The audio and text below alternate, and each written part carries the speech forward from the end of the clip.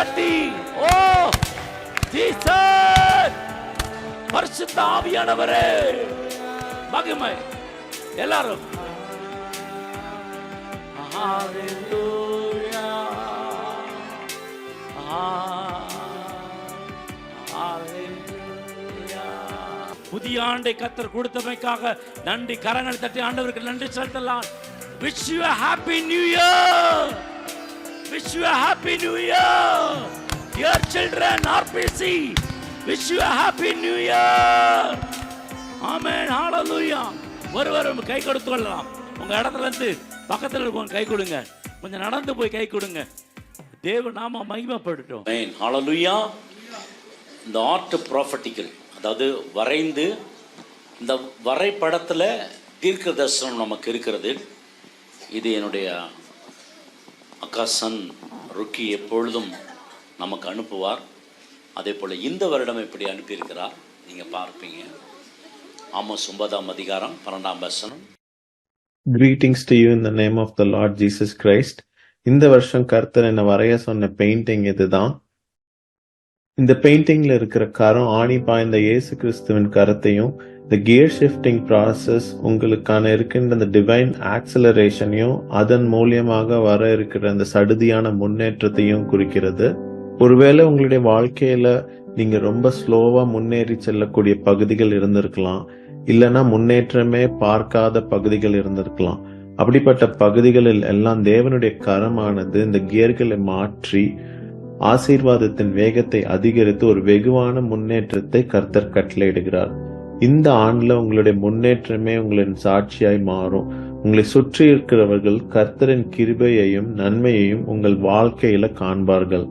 So இந்த ப்ராசஸ்ல நம்ம செய்ய வேண்டிய சில காரியங்கள் உண்டு. அதுல ஃபர்ஸ்ட் வந்துட்டு உங்க டெஸ்டினேஷன்ஸை நீங்க செட் பண்ணுங்க. அதாவது நீங்க எங்க செல்ல வேண்டும் அப்படின்றத நீங்க அறிக்கையிடுங்கள். ஃபார் எக்ஸாம்பிள், பெருக்கம் என்னுடைய டெஸ்டினேஷன், ஒரு சீர்பெற்ற உறவுகள் என்னுடைய டெஸ்டினேஷன், பரிபூர்ண சுகத்துல வாழ்தல் என்னுடைய டெஸ்டினேஷன் அப்படின்றத நீங்க எழுதி அறிக்கையிடுங்க. அப்படி நீங்க அறிக்கையிட்ட இடத்திற்கு கர்த்தர் உங்களை அழைத்து செல்வார். அழைத்து செல்ல வேண்டியது அவருடைய பொறுப்பு. ஸோ நம்ம செய்ய வேண்டிய ரெண்டாவது காரியம் துதி என்னும் சீட் பெல்ட்டை அணிந்து கொண்டு கர்த்தரின் பிரசன்னத்தில் தங்கி அவர் உங்களுக்காக வைத்திருக்கிற ஆசீர்வாதத்தை சுதந்திரத்துக் கொள்றதுக்கு ரெடி ஆகுங்க. உங்கள் ஆசீர்வாதங்களை பெற்ற பின் துதிக்கிறதுக்கு காத்திருக்காம உங்க ஆசீர்வாதத்தை நீங்கள் பெறுவதற்கு முன் நீங்க துதிக்கிறதுக்கு ஆரம்பிங்க. கடைசியாக ஆண்டவருடனான இந்த பயணத்துல அவருடன் பயணிப்பதிலேயே நம்ம முக்கிய கவனம் செலுத்தி இந்த விளைவுகள், ரிசல்ட்ஸ், அவுட்கம்ல எல்லாம் நம்ம கவனம் செலுத்தாமல் இருப்பது ரொம்ப முக்கியம். அவருடனான இந்த உறவே நம் முன்னேற்றத்திற்கு அடிப்படை.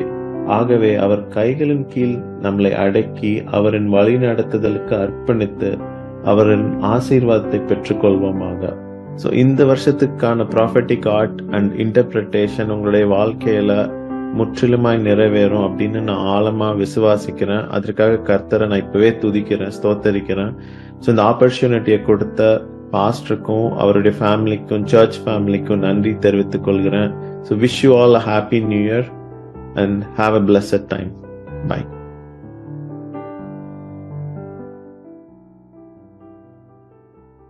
Happy New Year to you all from Rocky, Maria, Jaden and Johan. இந்த கியர் சிஸ்டம் எதுக்குன்னா, இந்த 2 கியர்லேயே போயிட்டே இருந்தோன்னா மெட்ராஸ்க்கு அவ்வளோதான், போய் நாளைக்கு தான் போய் சேருவீங்க. அதனால் first, second, third, fourth, fifth, sixth, 6 gear இருக்கும். அதில் போகணும். அந்த கியர் போடுறதுல எப்படின்னா, நம்ம ஜபத்தில் வேகமாக ஆண்டவர் சமூகத்தில் தேவ பணியை நீங்கள் செய்யும் பொழுது கர்த்தர் உங்களை ஆசீர்வதிப்பார். கூட வர்றது யாருன்னா என் ஆண்டவர். ஆண்டவருடைய கரம் பிடிச்சி தான் இந்த வாகனத்தை ஓட்ட முடியும். ஆண்டவரை கரம் பிடிச்சி தான் உங்கள் வாழ்க்கையை நீங்கள் முன்னேறி செல்ல வேண்டும். ஒருவேளை படுத்து கொண்டு இருப்பீர்கள் என்று சொன்னால் ஆண்டவர் சொல்கிறார், நீ எழுந்து ஓடு. ஃபஸ்ட் கியரில் போயிட்டு இருந்தீங்கன்னா செகண்ட் கியருக்கு போ. செகண்ட் கியரில் போனீங்கன்னா தேர்ட் கியருக்கு போ. தேர்டு கியருக்கு போனீங்கன்னா ஃபோர்த்துக்கு முடிஞ்சால் ஃபிஃப்த்து. ஆமீன். ஃபிஃப்த்து முடிஞ்சால் சிக்ஸ்த்து. நாளுக்கு நாள் நம்ம எப்படி இருக்கணும்னா பலப்பட்டு கொண்டே இருக்கணுமா. ஆமீன்.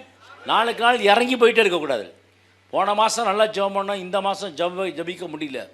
என் ஜனமாகிய இஸ்ரவேலின் சிறையிருப்பை திருப்புவேன். அவர்கள் பாழான நகரங்களை கட்டி அவைகளில் குடியிருந்து திராட்சை தோட்டங்களை நாட்டி அவைகளுடைய பழ ரசத்தை குடித்து தோட்டங்களை உண்டாக்கி அவைகளின் கனிகளை புசிப்பார்கள். ஆண்டவர் இந்த ஆசீர்வாதத்தை இந்த மாதத்தில் தரப்போகிறார். கனியை புசிப்பீர்கள். எப்போ தெரியுமா? வேகமாக போகிறப்ப ஆண்டவர் சமூகத்தில் இந்த ஸ்லோ மோஷன்லாம் இல்லை. ஆண்டவர் சமூகத்தில் தேவனுடைய பிரசனத்தில் ஸ்லோ மோஷன் இல்லை. ஆகவே வேகமாக ஆண்டவருக்காக ஞாயிற்றுக்கிழமை தோறும் சர்ச்சுக்கு வாங்க. சர்ச்சுக்கு வராமல் வந்துடாதீங்க. எவ்வளோ பெரிய பணக்காரனாக இருந்தாலும் பரலோகத்துக்கு போக முடியாது. இயேசுவோடு கூட இருந்தால் தான் பரலோகத்துக்கு போக முடியும். இப்படி தான் ஆண்டவர் இந்த பிக்சரை வச்சுக்கோங்க. உங்களுக்கு அந்த பிக்சர் நாங்கள் கொடுப்போம். ஆகவே இந்த பிக்சரில் நீங்கள் வீட்டில் வச்சுட்டு இது என்னத்துக்காக போட்டிருக்கு, இதில் 6 கியர் போட்டிருக்கு. 6 கியர் ரிவர்ஸ் கியர். நீங்கள் ரிவர்ஸ் கியரை போட்டுறாதீங்க. உங்கள் வாழ்க்கையில் பின்னாடி போயிடாதீங்க, பேக் சைடு ஆயிடாதீங்க. உபாகமம் 28:1 எடுத்து வாசிக்கலாம். இன்று நான் உனக்கு விதிக்கிற உன் தேவனாகிய கர்த்தருடைய கட்டளைகளின் படியெல்லாம் செய்ய நீ கவனமாய் இருக்கும்படிக்கு அவர் சத்தத்திற்கு உண்மையாய் செவி கொடுப்பாயானால் உன் தேவனாகிய கர்த்தர் பூமியில் உள்ள சகல ஜாதிகளிலும் உன்னை மேன்மையாக வைப்பார். இந்த வருஷத்துக்குரிய வாக்குத்தத்தம், உன் தேவனாகிய கர்த்தர் பூமியில் உள்ள சகல ஜாதிகளையும் உன்னை மேன்மையாக சொல்லுங்களேன். என்ன மேன்மையாக வைப்பார். பூமியில் உள்ள சகல ஜாதி எல்லாத்துலயும் கர்த்தர் உங்களை என்ன வைப்பாராம்? ஆமா, வேலைக்காரனை வைக்க மாட்டார். மேன்மையாக வைப்பார். வேலையில மேன்மை, வீட்டுல மேன்மை, உலகத்துல மேன்மை, எல்லா ஐஸ்வர்யத்தையும் கர்த்தர் இங்க கொடுத்து தான் ஆண்டவர் அங்க கொண்டு போவார். ஆமென், ஹல்லேலூயா. வேலை இல்லைன்னா வேலை, ஃபாரின் போகணுமா ஃபாரின், ஹல்லேலூயா. கல்யாணம் ஆகணுமா ஆகும், கர்த்தர் மேன்மையாக வைப்பார். 2 ராஜாக்கள் 3ஆம் அதிகாரம் 11ஆம் வசனம் எடுத்து வாசிக்கலாம். எப்படி இன்ட்ரோடியூஸ் பண்றாங்கன்னு பார்க்கலாம். அப்பொழுது யோசபாத் நாம் கர்த்தரிடத்தில் விசாரிக்கும்படி கர்த்தருடைய தீர்க்கதரிசி ஒருவரும் இங்கே இல்லையா என்று கேட்டதற்கு, எலியாவின் கைகளுக்கு தண்ணீர் வார்த்த சாப்பாத்தின் குமாரனாகிய எலிசா இங்கே இருக்கிறான் என்று இஸ்ரவேல் ராஜாவின் ஊழியக்காரரில் ஒருவன் மறுமொழியாக சொன்னான். பாருங்க, இஸ்ரவேல் ராஜாவும் யூதா ராஜாவும் சண்டைக்கு போறப்ப என்ன பண்ணா, தீர்க்க தரிசனம் கேட்கலாம் அப்படின்னு கேட்குறாங்க. பல தீர்க்க தரிசனம் கேட்குறாங்க. யோசபாத் பார்த்தீங்கன்னா ஒரு ரிவைவலிஸ்ட். அவர் பார்த்தீங்கன்னா ஆண்டவருக்குள்ள வைராக்கியமாக இருக்கிறார். யாராவது கர்த்தருடைய ஊழியக்காரன் இருக்காரான். அப்போ சொல்கிறான்னா, எலியாவோட கைக்கு தண்ணி ஊற்றுனவன். ஏன் எலிசா பெரிய ஆளுன்னு சொல்ல வேண்டியது தானே? எப்படி சொல்கிறான் பாருங்க. உலகம் உங்களை அப்படித்தான் சொல்லும். இவனை பற்றி தெரியாதா, இவன் அங்கே சுற்றிட்டு தான், இவன் இப்போ இன்னைக்கு பாஸ்டர் ஆகிட்டான், கோட்டு போட்டுக்கிட்டான், டையை கட்டிக்கிட்டான், ஷூவை போட்டுக்கிட்டான். இவனை பற்றி தெரியாதா, அங்கே எங்கேயும் சுற்றிட்டு இருந்தவன். எலியாவை இன்ட்ரோடியூஸ் பண்ணுறதை எப்படின்னா, எலியாவோட கைக்கு தண்ணி ஊற்றுனவன். ஏன் அவன் ஊழியக்காரன் சொல்கிறது உலகம் சொல்லாதுங்க. உங்களை கீழ்த்தரமாக தான் பார்க்கும், உங்களை கீழே தள்ள தான் பார்க்கும். நீங்கள் முன்னேறி போய்கொண்டே இருங்க. ஆக்சிலரேட்டர் போட்டு முன்னேறி போய்கொண்டே இருங்க. ஹல்லேலூயா. நாளுக்கு நாள் கர்த்தர் உங்களை ஆசீர்வதிக்கிற தேவனாக இருக்கிறார். எப்படி இன்ட்ரோடியூஸ் பண்ணால், எலியாவின் கைக்கு தண்ணி ஊற்றினவன். அது மாத்திரமல்ல, தானியேல் 4ஆம் அதிகாரம் 8-18 எடுத்து வாசிக்கலாம். 8ஆம் வசனமும் 18ஆம் வசனமும். கடைசியிலே என் தேவனுடைய நாமத்தின்படியே பெல்தஷாசர் என்னும் பெயரிடப்பட்டு பரிசுத்த தேவர்களின் ஆவியுடைய தானியேல் என்னிடத்தில் நான் கொண்டு வரப்பட்டான். அவனிடத்தில் நான் சொப்பனத்தை விவரித்து சொன்னதாவது. ஒரு சொப்பனம் காண்றாரு. உடனே யாரை கூப்பிடுறாருன்னா, தானியேலை கூப்பிடுறான். தானியேல் யாருன்னா, பாபிலோனில் சிறை கைதியாக போனப்பட்டவர். இவர் சிறை கைதி, அவன் ராஜா கிடையாது தானியேல். ஆனால் என்ன இருக்குன்னா, கர்த்தருடைய ஆவி அவனிடத்துல இருக்கு. உங்ககிட்ட கர்த்தருடைய கரமும் கர்த்தருடைய ஆவியும் உங்கள்கிட்ட இருந்துச்சுன்னா நீங்கள் நிற்கிற இடமே வேற இடம்ங்க. ஆமென், ஹல்லேலூயா. கர்த்தருடைய ஆவி உங்களுக்குள்ள எனக்குள்ள இருக்கும்பொழுது கர்த்தர் உங்களை ஆசீர்வதிப்பார். தானியேலுக்குள்ள அதுதான் இருந்தது. 18ஆம் வசனம் படிங்களேன். நேபுகாத் நேச்சார் என்னும் ராஜாவாகிய நான் கண்ட சொப்பனம் இதுவே. இப்போது பெல்தஷாத்சரே, நீ இதன் அர்த்தத்தை சொல்லு. என் ராஜ்யத்தில் உள்ள ஞானிகள் எல்லாராலும் இதன் அர்த்தத்தை எனக்கு தெரிவிக்க கூடாமற் போயிற்று. ஆமா, பாருங்க, எல்லாம் மந்திரவாதியும் கூடுவாங்க, அவங்களுக்கு தெரியல. அவங்க அப்பா இருந்தார், நேபுகாத் நேச்சர் செத்து போயிட்டார். இப்போ பார்த்தீங்கன்னா அவருடைய மகன் வரான். மகன் வந்த பிறகு தான் தானியேலை பற்றி தெரியுது. தானியேலை பற்றி தெரிஞ்சேன்னு சொல்கிறான். அந்த அர்த்தம் எனக்கு தெரில. கையில் விரலால் எழுதப்பட்டது. 5:13 பார்த்தீங்கன்னா விரலால் எழுதப்படும். நான் நேபுகாத் நேச்சரை பற்றி எடுத்து வாசிக்கலாம். 5:13 எடுத்து வாசி. அப்பொழுது தானியேல் ராஜாவின் முன் உள்ளே அழைத்து வந்து விடப்பட்டான். ராஜா தானியேலை பார்த்து, நீ என் பிதாவாகிய ராஜா யூதாவிலிருந்து சிறைப்பிடித்து வந்த யூதரில் ஒருவனாகிய தானியேல் அல்லவா? உனக்குள்ளே தேவர்களின் ஆவி உண்டென்றும் வெளிச்சமும் புத்தியும் விசேஷித்த ஞானமும் உன்னிடத்தில் காணப்பட்டதென்றும் உன்னை குறித்து கேள்விப்பட்டேன்.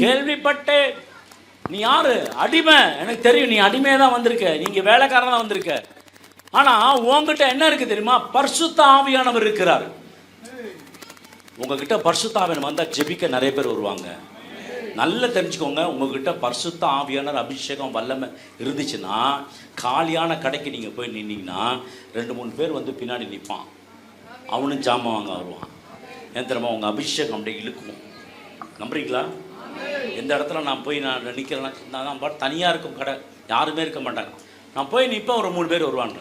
மீன் கடையில் பார்த்தீங்கன்னா போனி போட்டிருக்கவே மாட்டான். நான் தான் போய் மீன் வாங்குவேன். மீனை வாங்குறதுக்குள்ளே பார்த்தீங்கன்னா 4-5 பேர் வந்துடுவாங்க. அப்படிலாம் நினச்சிக்கோங்க. கர்த்தர் உங்களை ஆசீர்வதித்திருக்காருன்னு அர்த்தம். ஆமே, இது மாதிரி தான் ஆண்டவர் ஆசீர்வதிப்பார். நீங்கள் டெஸ்ட் பண்ணி பாருங்க, தேவ அபிஷேகம் எனக்குள்ளே இருக்கா? ஆண்டவர் ஆசீர்வதிக்கிற தேவன். ஆகவே பிரியமான தேவ சனமே, தேவனுடைய கரம் உங்களோடு கூட என்னோடு கூட இருக்கிற, நீ பலன் கொண்டு திடமானதாக இரு இந்த ஆண்டவர் சொல்லியிருக்கிறார். ஆகவே தேவனுடைய விரலால் எழுதப்பட்டதை யாராலும் சொல்ல முடியல. அடிமையாக தான் இருக்கான். தானியேல் யாருங்க? ராஜாவா இல்லை, அடிமை. அந்த அடிமையை கூப்பிட்டு சொல்றான், நீ அடிமையா இருந்த, வேலைக்காரனா இருந்த,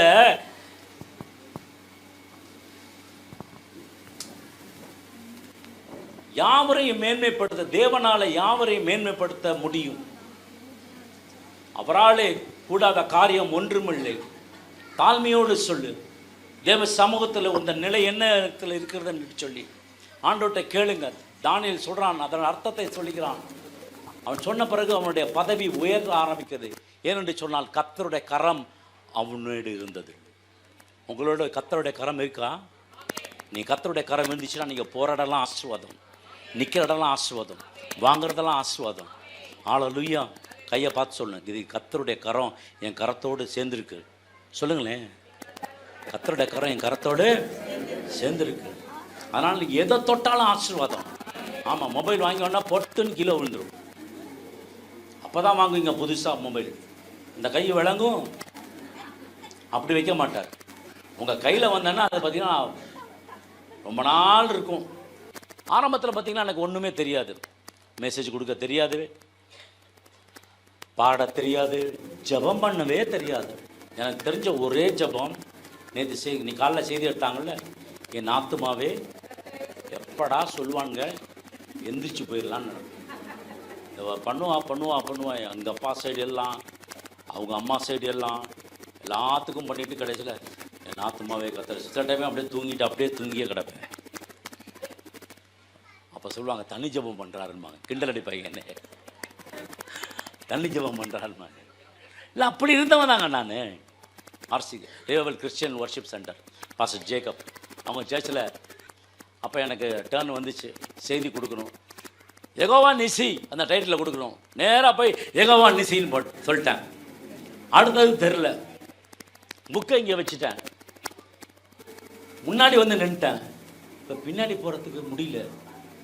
என்னடா அது இப்படி சிக்கலாச்சு, எல்லாமே ஜாமாக போயிடுச்சு, ஒன்றுமே வரமாட்டேங்குது வாயிலேருந்து வார்த்தை. அப்புறம் கச்சாம்பிச்சான்னு உடனே 10 நிமிஷத்தில் 3/4 மணி நேரம் கொடுக்குற மெசேஜ் 10 நிமிஷத்தில் இறங்கிட்டேன். பாஸ்டர் வந்து சொன்னார், இந்த ராபிக்கு லீவை கொடுத்து படிக்க சொல்லி, மெசேஜ் அடிக்க சொல்லி எல்லாம் கொடுத்தேன். கடைசியில் வாஷ் அவுட் ஃபீஸ் போயிடுச்சு பாருங்க அப்படின்னு சொல்லி எல்லாத்துக்கும் முன்னாடி சொல்ல ஆரம்பித்தாங்க. நான் ரொம்ப கஷ்டப்பட்டேன். அதுக்கப்புறம் ஆண்டவர் சமூகத்தில் போய் இந்த ஃபுல்பீட்டை பிடிச்சிக்கிட்டு, இந்த ஃபுல்பீட் இருக்கும், இதை பிடிச்சிட்டு நான் அங்கே தானே இருப்பேன், சர்ச்சிலே இருப்பேன். அழுன்னு அழுதேன். ஆண்டவரே, எனக்கு பிரசங்கிக்க வல்லமை வேணும் ஆண்டவரே, தாங்க ஆண்டவரே. ஒரு நாள் ஃபுல்லாக உட்காந்து அழுவேன், பகல் ஃபுல்லாக உட்காந்து அழுவேன். அழுது அவர் இல்லாத நேரத்தில் உட்காந்து முகம் கொப்புற கீழே படுத்து ஃபுல்பீட்டை ஆண்டோட பாதம் மாதிரி கட்டி பிடிச்சிட்டு அழுத ஆரம்பிச்சாள். அடுத்த டேர்ன் வந்துச்சு. செய்தியை கொடுத்தேன். செய்தி கொடுத்தோன்னே மங்கி ஏறிய 3 அப்படின்னு சொல்லி கொடுத்தேன்னு பாஸ்டர் பார்த்துட்டு, எங்கேருந்து இந்த செய்தியை எடுத்தீங்கன்னாரு.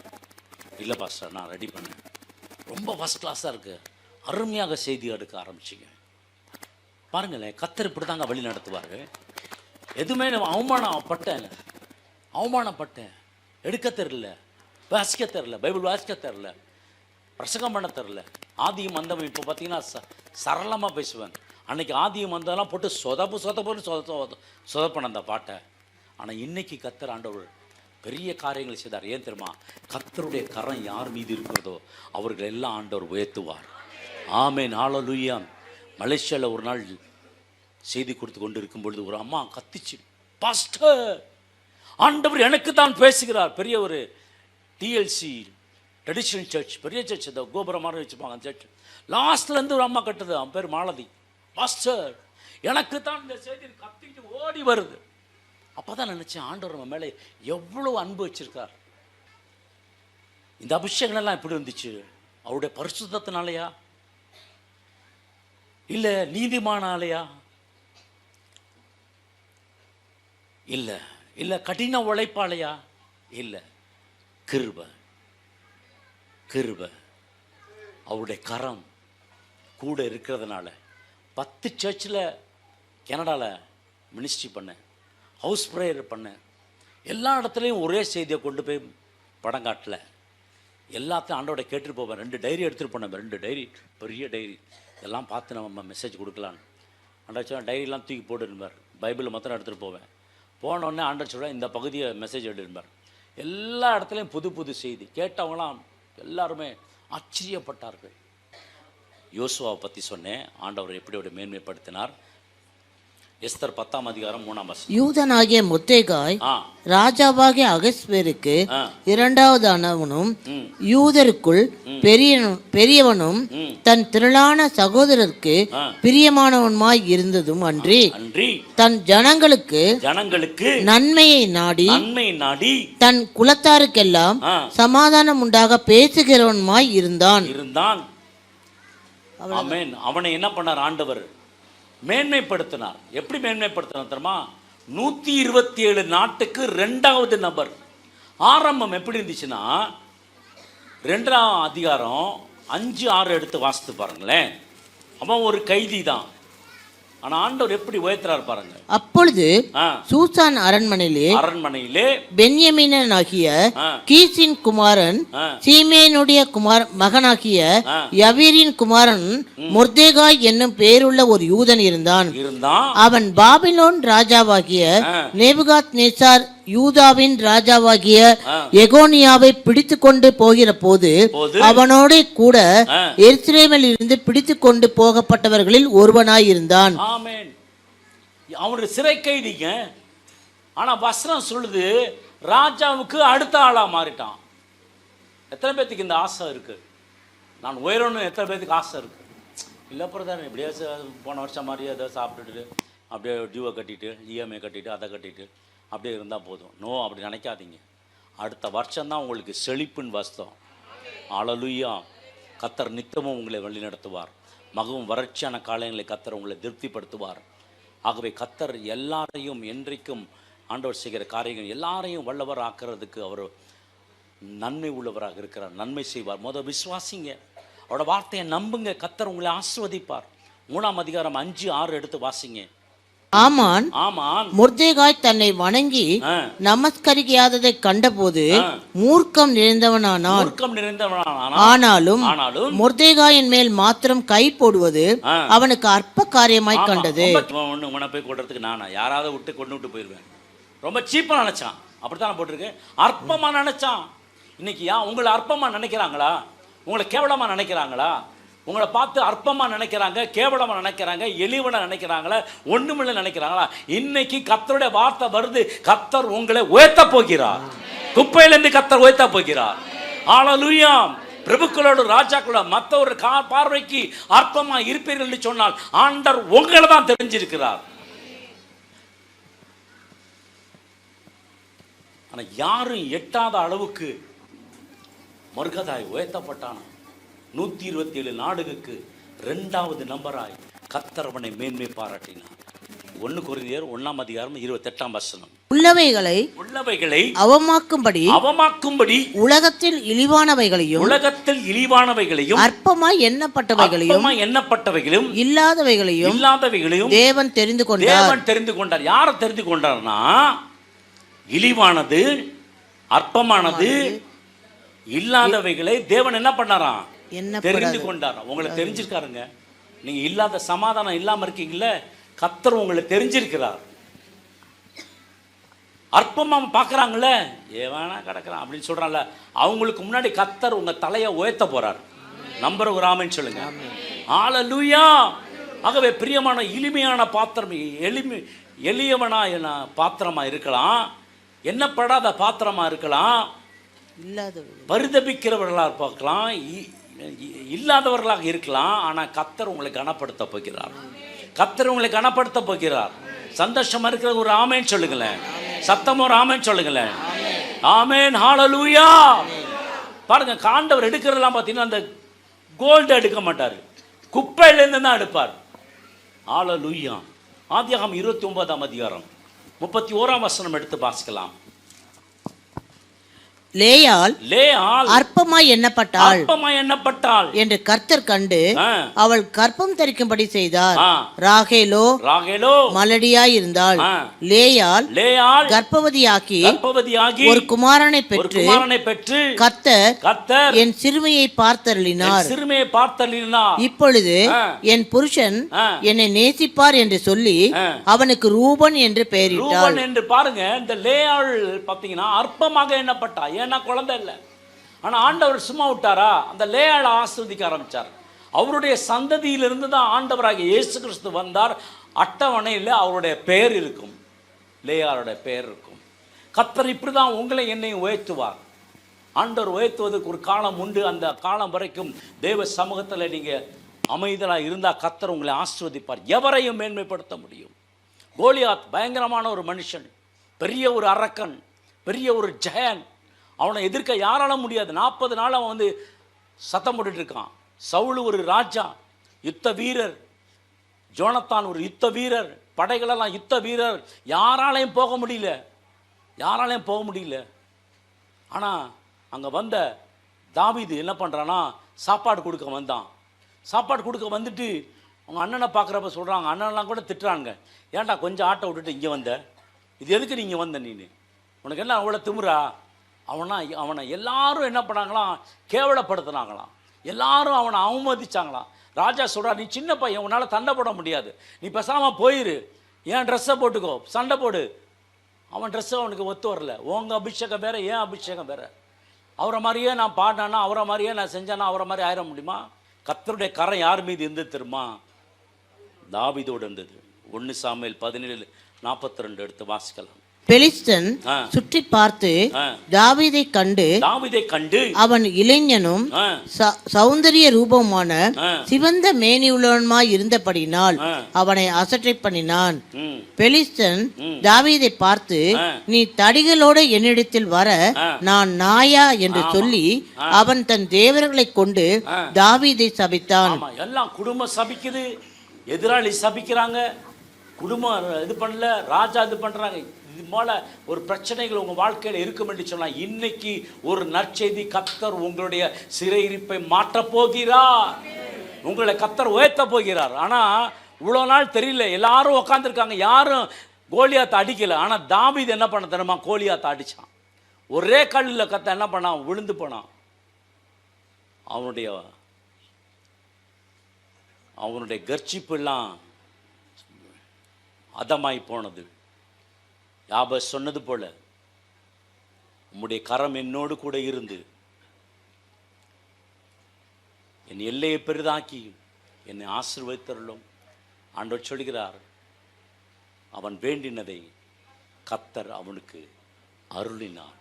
நீங்கள் கேட்குறத ஆண்டவர் கொடுப்பார். 3வது காரியம், ஆதியாகமம் 41 அதிகாரம் 40 வசனம் 41 வசனம். நீ என் அரண்மனைக்கு அதிகாரியாய் இருப்பாய், உன் வாக்கின்படியே என் ஜனங்கள் எல்லாரும் அடங்கி நடக்க கடவர்கள்.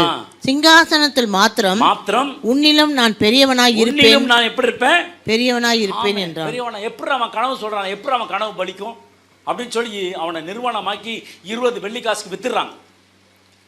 சிறையிருப்பில் இருக்கிறான். அப்போ கூட ஆண்டவரை பற்றி ஒன்றுமே குறை சொல்லவே இல்லை. நம்மளா இருந்தால் பொறிஞ்சு தள்ளிடுவோம். எதுக்கு ஆண்டவரே சொப்பனத்தை தரீங்க? சொப்பனம் என்னைக்கு வந்துச்சோ அன்னைக்கே பிரச்சனை. என்னைக்கு போய் சொல்ல ஆரம்பிச்சோனோ அன்னைக்கே பிரச்சனை. 20 வெள்ளிக்காசாக விற்கப்பட்டான். ஆனால் ஆண்டவர் அப்படியே விடலை, அவனை அதிகாரியாக்கினார். பார்வோனுக்கு அடுத்த ஆளாக அவன் மாறினான். எகிப்து தேசம் முழுதும் வல்லரசு. எனக்கு பிரியமான தேவச்சனமே, ஒருவேளை நீங்கள் என்னால் முடியல, என்னால் தாங்க முடியல அப்படின்னு சொல்கிறீங்களா? கர்த்தருடைய வார்த்தை மாத்திரம் இருந்தால் போதும். கர்த்தர் உங்களை காப்பாற்றுவார், கர்த்தர் உங்களை ஆசீர்வதிப்பார், கர்த்தர் உங்கள் தேவைகளை சந்திப்பார். உங்கள் தேவைகளை எல்லாவற்றையும் ஆண்டவர் பூர்த்தி செய்வார். நீங்கள் எந்த இடத்துல அவமானப்பட்டீங்களோ அந்த இடத்துல கர்த்தர் உங்களை கொண்டு வந்து உயர்த்துவார். ஹல்லேலூயா. எல்லாம் உலகம் சொல்லும் எலியாவின் கைக்கு தண்ணீர் வார்த்தவன் என்று சொல்லி. ஆனால் அந்த எலிசா மடிக்கும் பொழுது எப்படி மறிச்சான்? தகப்பனே தகப்பனே ரத வீரர் அப்படின்னு சொல்லி அவனை உயர்த்தி பேச ஆரம்பிச்சிட்டாங்க. அதுக்கு முன்னாடி பார்த்தோன்னா எளிவாக பேச ஆரம்பிக்கிறாங்க. எனக்கு பிரியமான தேவச்சனுமே, யோசுவாவை ஆரம்பத்தில் பார்க்கும்போது மோசேயின் ஊழியக்காரன், ஆனால் முடிவில் கர்த்தருடைய ஊழியக்காரனாக மாறினான். உங்களை ஏன் ஆண்டவர் மாற்ற முடியாது? நிச்சயம் மாற்றுவார். 37, 18, 19, 20 படிங்க. அந்த மனிதன், அவர்கள் இவ்விடத்திலிருந்து போய்விட்டார்கள், தோத்தானுக்கு போவோம் என்று அவர்கள் சொல்ல கேட்டேன் என்றான். அப்பொழுது யோசேப்பு தன் சகோதரரை தொடர்ந்து போய் அவர்களை தோத்தானிலே கண்டுபிடித்தான். அவர்கள் அவனை தூரத்திலே வர கண்டு அவன் தங்களுக்கு சமீபமாய் வரும் முன் அவனை கொலை செய்யும்படி சதி யோசனை பண்ணி ஒருவரை ஒருவர் நோக்கி, இதோ சொப்பனக்காரன் வருகிறான், நாம் அவனை கொன்று இந்த குழிகளில் ஒன்றில் அவனை போட்டு ஒரு துஷ்ட மிருகம் அவனை பட்சித்தது என்று சொல்லுவோம், வாருங்கள். பாருங்க, யோசேப்பு எப்படி அவன் கனவு பலிக்கும்? உன்னை காலி பண்ணிட்ட அப்புறம் கனவு பலிக்குமா? அவன் சொப்பனக்காரன். அவன் நிறைய ஆண்டவர் ட்ரீம்ஸ் கொடுப்பார், ட்ரீமர். அவனை காலி பண்ணிட்டா எப்படி இது நிறைவேறதாமல் போவோம். ஆளி பண்ணுவான்னு சொல்லிட்டு ட்ரெஸ்லாம் அவுத்து என்ன பண்ணிட்டானுங்க, குழியில் போட்டானுங்க. அதுக்கப்புறம் கொலை பண்ணணும்னு நினச்சானுங்க. அதுக்கப்புறம் ரூபன் தான் காப்பாற்றி அப்படிலாம் செய்ய வேண்டான்னு சொல்லிட்டு விற்றுப்புறாங்க. ஆனால் இவன் எகிப்து தேசத்துக்கு போகிறான். அங்கே போய் ஆண்டவர் கர்த்தர் அவனோடு கூட இருந்தார் அப்படின்னு இருக்கும். 39:2 எடுத்து வாசித்து பாருங்கள். கர்த்தர் யோசேப்போட இருந்தார். போதும். கர்த்தர் யாரோட இருந்தார்? யோசேப்போட. ஆமா, இப்பதான் வரும். கர்த்தர் யோசேப்போட. கர்த்தர் உங்களோட இருக்காரா? கர்த்தர் உங்களோட கூட இருக்காரா? கர்த்தர் உங்களோட கூட இருக்காரா? அப்ப 2024 உங்களுக்கு ஆசீர்வாதத்தின் ஆண்டு. கடனெல்லாம் முடிக்க போறீங்க. ஆமென், ஹல்லேலூயா. வியாதிகள் நீங்கும், கட்டுகள் அகன்று போகும். எதிராளிகள் வெக்கப்பட்டு தலை குனிஞ்சு போவான். முருகதாய் பார்த்தப்ப அவனை அவமதிக்கல. இவனை கொள்றதுக்கு பெரிய தேவையே கிடையாது. இவன் இனத்தையே கொன்றான் பார் அப்படின்னு நினச்சான். கடைசியில் அவனை தான் தூக்கி கழுகு மரத்தில் போட்டாங்க, தொழு மரத்தில் போட்டு அது அவன் சாவடித்தான். அவனுடைய பிராணன். சங்கீதம் 105, 18, 19 எடுத்து வாசிக்கலாம். அவன் கால்களை விலங்கு போட்டு ஒடுக்கினார்கள், அவன் பிராணன் இரும்பில் அடைப்பட்டிருந்தது. கர்த்தர் சொன்ன வார்த்தை நிறைவேறும் அளவும் அவருடைய வசனம் அவனை புடமிட்டது. சில வேளையில ஆண்டவர் கொடுப்பார், புடமிட்டுட்டு ஜெயிலே இறான்னு ஆண்டவர் சொல்ல. ராஜாவுக்கு அடுத்த ஆளா கர்த்தர் யோசேப்பை உயர்த்தின ஆண்டவர் உங்களையும் என்னையும் உயர்த்துவார். உங்க குடும்பத்தில் உயர்த்துவார், உங்க பிள்ளைகள் மத்தியிலே உயர்த்துவார், உங்க வேலையில உயர்த்துவார். தேவையான காரியங்களை கர்த்தர் கொடுத்து கர்த்தர் ஆசீர்வதிக்கிற தேவனாக இருக்கிறார். ஆமென், ஹல்லேலூயா. 20 வெள்ளிக்காசுக்கு வித்துட்டான். 22 வருஷம் ஆச்சு இது மாறுவதற்கு. பிரியமான தேவஜனமே, கர்த்தருடைய வார்த்தை உனக்குள்ள இருந்துச்சுன்னா அந்த வார்த்தை உங்களை ஆசீர்வதிக்கும். சங்கீதம் 119, 49 எடுத்து வாசிக்கலாம். நீர் என்னை நம்ப பண்ணின நீர் என்னை நம்ப பண்ணின வசனத்தை வசனத்தை உமது அடியனுக்காக நினைத்தருளும். ஆமே, நீ என்ன நம்ப பண்ணின உமது வசனம் நம்புங்க. இந்த வார்த்தைனா இந்த நீ கொடுக்கப்பட்ட வார்த்தை சகல ஜனங்களிலும் கர்த்தர் உன்னை மேன்மையாக வைப்பார். நம்புங்க. நம்ப பண்ணின வார்த்தை 50 படிங்களேன், 50ஆம் வசனம். அதுவே என் சிறுமையில் எனக்கு ஆறுதல், உம்முடைய வாக்கு என்னை உயிர்ப்பித்தது. பாருங்க, இந்த மாதிரி வார்த்தையெல்லாம் படிக்கும் பொழுது உங்க ஆவியில ஒரு அனல் உண்டாக ஆரம்பிக்கும். ஹல்லேலூயா. கர்த்தருடைய வார்த்தை ஜீவன் உள்ளது, கர்த்தருடைய வார்த்தை அபிஷேகம் உள்ளது, கர்த்தருடைய வார்த்தை உருவாக்கும், கர்த்தருடைய வார்த்தை செழிக்க செய்யும், கர்த்தருடைய வார்த்தை உங்களுடைய குடும்பத்தை கர்த்தர் ஆசீர்வதிப்பார். ஆமென். ஹல்லேலூயா. பிரியமான தேவஜனமே, நம்ப பண்ணின வார்த்தை அடிக்கடி சொல்வேன் நான். நம்ப பண்ணின வார்த்தை எனக்கு நம்ப பண்ணின வார்த்தை கொடுத்தபடினால் ஸ்தோத்திரம். எசேக்கியா 12ஆம் அதிகாரம் 25ஆம் வசனம் வாசிங்க. நான் கர்த்தர், நான் சொல்லுவேன், நான் சொல்லும் வார்த்தை நிறைவேறும். நான் சொல்லும் வார்த்தை நிறைவேறும். நான் கர்த்தர், நான் சொல்லும் வார்த்தை நிறைவேறும். நிச்சயமா அவருடைய வார்த்தை நிறைவேறும். நம்புறீங்களா? ஹல்லேலூயா. ஆகவே சீக்கிரமாக ஆண்டவர் நிறைவேற பண்ண போகிறார். பாலும் தேனும் ஓடுகிற தேசத்துக்கு ஆண்டவர் கூட்டிட்டு போவேன்னு சொன்னாரு. மோசே வராரு, மோசே மூலமா அதை நிறைவேறுது. ஆனா போகிற பாதை எப்படிப்பட்டதா இருந்துச்சுன்னா, கொள்ளுவாய் சர்ப்பம் இருந்துச்சு, அதுக்கப்புறம் பார்த்தீங்கன்னா தண்ணி இல்லை, அதுக்கப்புறம் ராட்சசர்கள் இருந்தார்கள், அதுக்கப்புறம் பார்த்தீங்கன்னா அந்த வனாந்தரத்தில் அவ்வளோ கஷ்டப்பட்டு போராடினாங்க.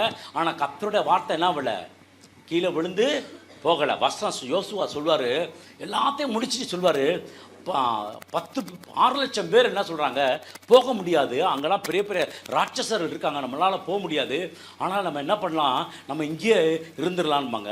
ஆனால் 2 பேர் சொல்கிறான், நம்ம எளிதில் போய் என்ன பண்ணுவோம், அந்த மலைநாட்டை பிடிச்சு கொள்ளுவோம். 20, 21, 45 எடுத்து வாசிங்களேன். சொல்லியிருந்த நல் வார்த்தைகள் எல்லாம் ஒரு வார்த்தையும் தவறி போகவில்லை. என்ன பண்ணலையா? தவறி போகவில்லை, எல்லாம் நிறைவேறிற்று. எல்லாம் நிறைவேறிச்சு. இன்னைக்கு வேணா நிறைவேறாம இருக்கலாம், ஆனா நாள் ஒன்று வரும், அந்த நாள்ல கர்த்தருடைய வார்த்தை நிறைவேறும். காரணம், அந்த வார்த்தை ஜீவன் உள்ளது. ஹல்லேலூயா. சீர்குலைந்ததை சீர்படுத்துகிறவர். ஹல்லேலூயா. உன் வாழ்க்கையை ஆண்டவர் கட்டப் போகிறார், உன் வாழ்க்கையை எடுப்பித்து நடக்கப் போகிறார். ஆகவே பிரியமான தேவ சனமே, ஆபகுக்கில் நீங்க பார்க்கும் பொழுது அது தாமதித்தாலும் அது வந்து சேரும். கர்த்தர் உங்களை ஆசீர்வதிக்கிறார். அவர் சொன்ன ஒரு வார்த்தை கூட தரையில விழல, எல்லா வார்த்தையும் நிறைவேறிச்சு. 23ல சொன்ன ஒரு வார்த்தை கூட தரையில விழல, எல்லாம் என் வாழ்க்கையில நிறைவேறிச்சுன்னு சொல்றவங்க ஆமென் சொல்லுங்க.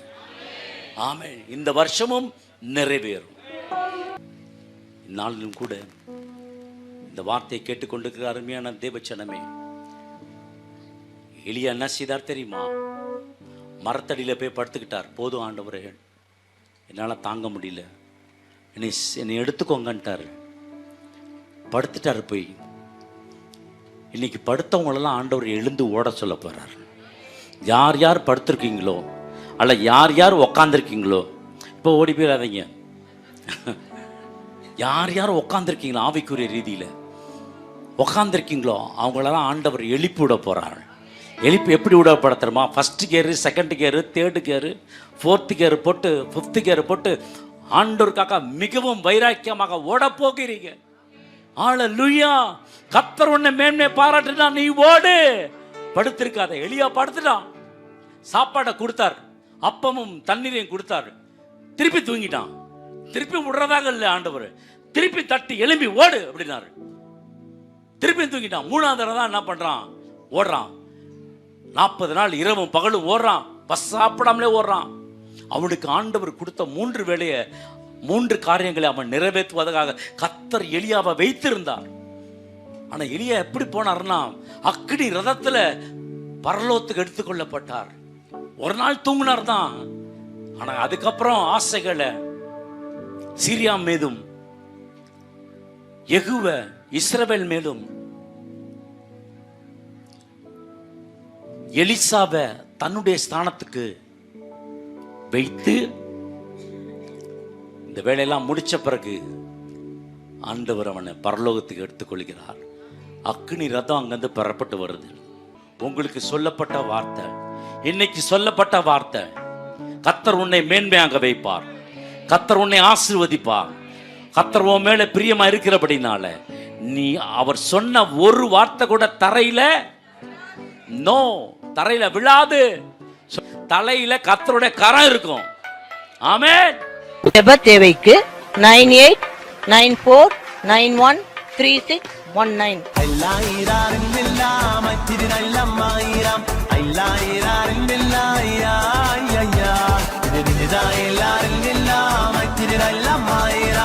எல்லாரும்